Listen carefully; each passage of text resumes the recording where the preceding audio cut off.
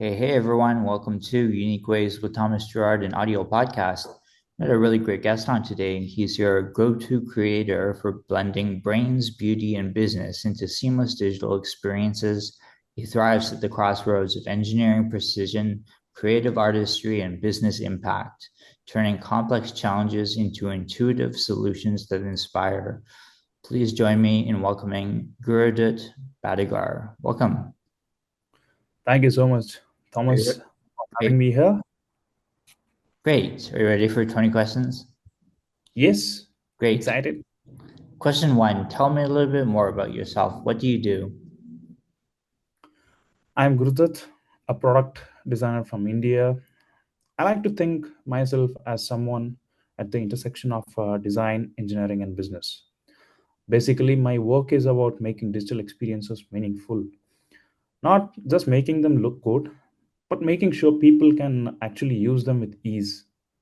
Over the years, Thomas, like I have worked across UI, UX, branding, and design strategy. What excites me most is shaping from the idea stage, understanding user needs, aligning with business goals, and delivering it in a smooth, intuitive way.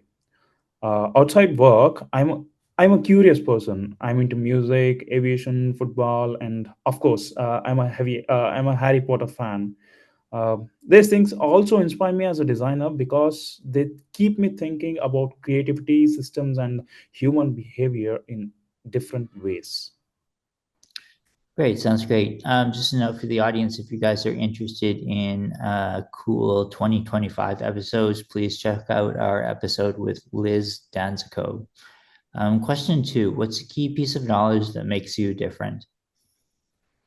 Mm, I'd say what makes me different is how I combine systems thinking with empathy.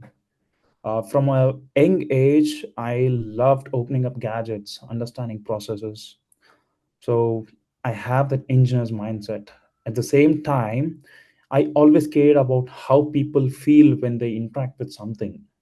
So for me, design is not just does this work, but also how does it make people feel while it works. The balance of logic and emotion is what drives me. Great. Question three, why this of all things? Why do you do what you do? Great question. I chose design because I truly believe it has the power to shape behavior, culture, and even businesses. Growing up, I was always sketching, doing music, experimenting with stuffs. At some point, I realized design wasn't just about expressing myself; it was a way to help others. The moment someone uses a product I worked on and says that was easy, this made my life better, that feeling is unbeatable. That's why I do this. It's about solving real problems, not just making things pretty. Great. And some people struggle with number four, and the question is, what does your future look like? Hmm, I see two things in my future: building impactful products and building people. So these are the two things. On one side, I want to work on products that scale globally and impact millions. And the other side, I want to mentor young designers, spread design awareness, and create platforms for those who don't have access to the design education. Yeah. Great. Five we say is unique to this show. The question is, let's talk about location. How does the notion of place play into what you do? Plays it plays a huge role. Living in India, I'm surrounded by diversity, like languages, cultures, lifestyles. That makes me design with inclusion and accessibility in mind.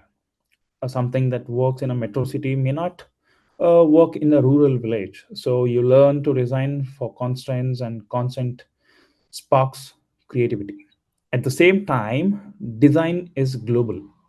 I collaborate with people across the world. So my design practice is a mix: local inspiration and global perspective. Great. And six, you're starting from the beginning. What advice do you give your former younger self? I tell myself, don't chase perfection, chase progress. Mm. Early on, I used to hold my back until I worked, um, thought it was flawless. But design is never finished, you know. Mm. It only improves with feedback and iteration. So my advice to anyone would be fail faster, share sooner, and learn quicker. There's no perfect moment, just start it as soon as. Great. And what's a day in your life like? No 2 days are the same for me, but there's a rhythm.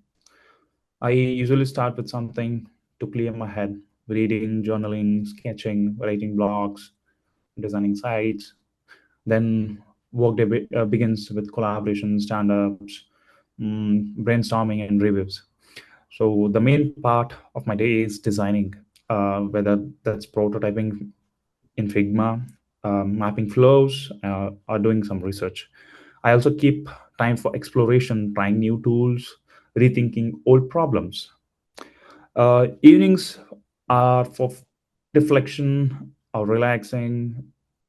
Honestly, some of my best ideas come when I'm not at the desk, like when I'm playing music, traveling, or like watching football. Great. Eight is about lifelong learning. It's a popular topic. How do you stay up to date? For me, Thomas, like learning happens in three ways: observation, experimentation, and conversations. So I observe people interact with products in daily life. I experiment with new tools and technologies. For example, AI is changing design, so I play around with it, and I have conversation with designers, product managers, even people outside design. Everyone has unique perspective, uh, and that keeps me growing. Great. You talked a bit about nine, but it's about tools. Do you use both digital and analog tools?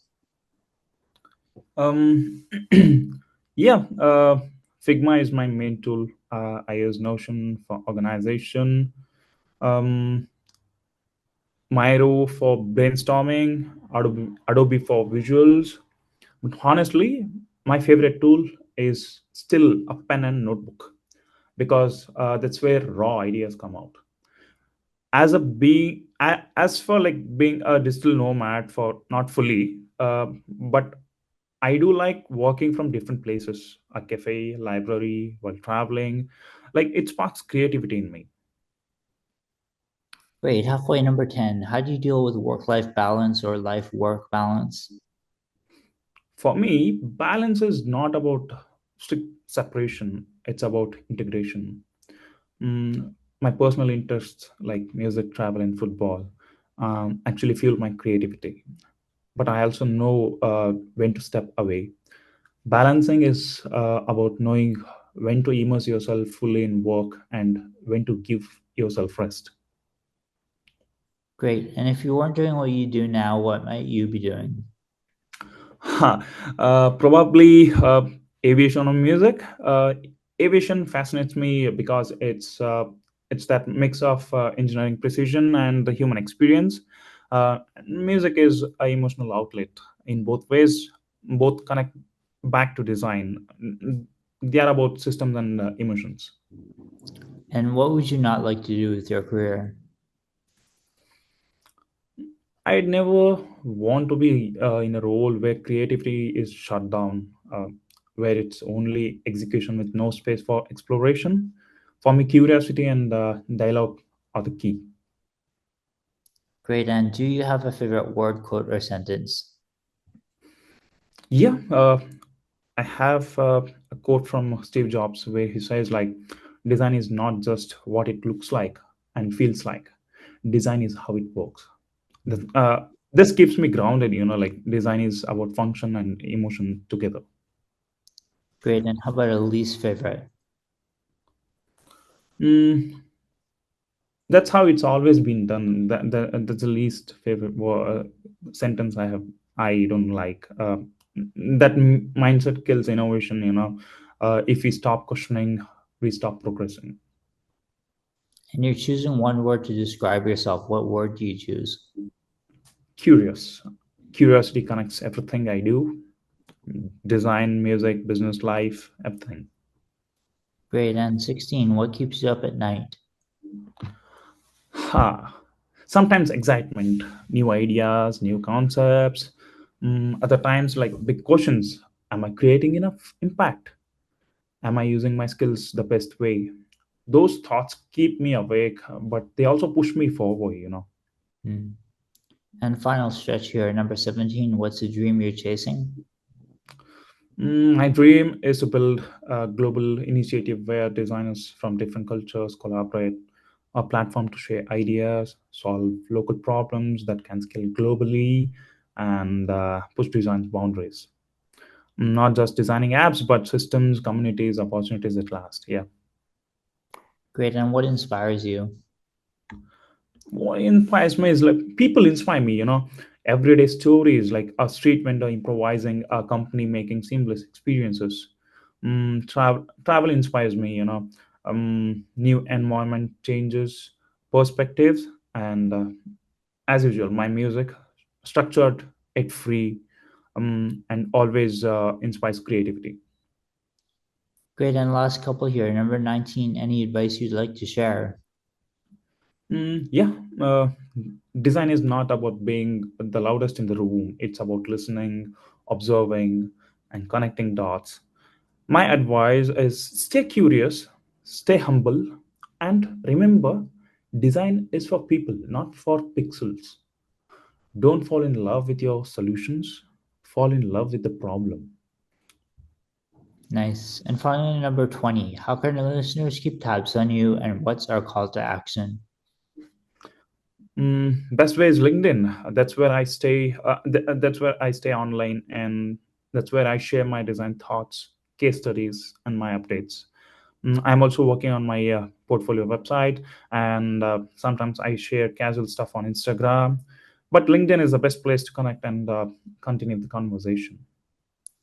Great. Well, thanks so much for joining today. I was really looking forward to recording this one with you. So thank you. Thank you so much, Thomas. Thank you so much.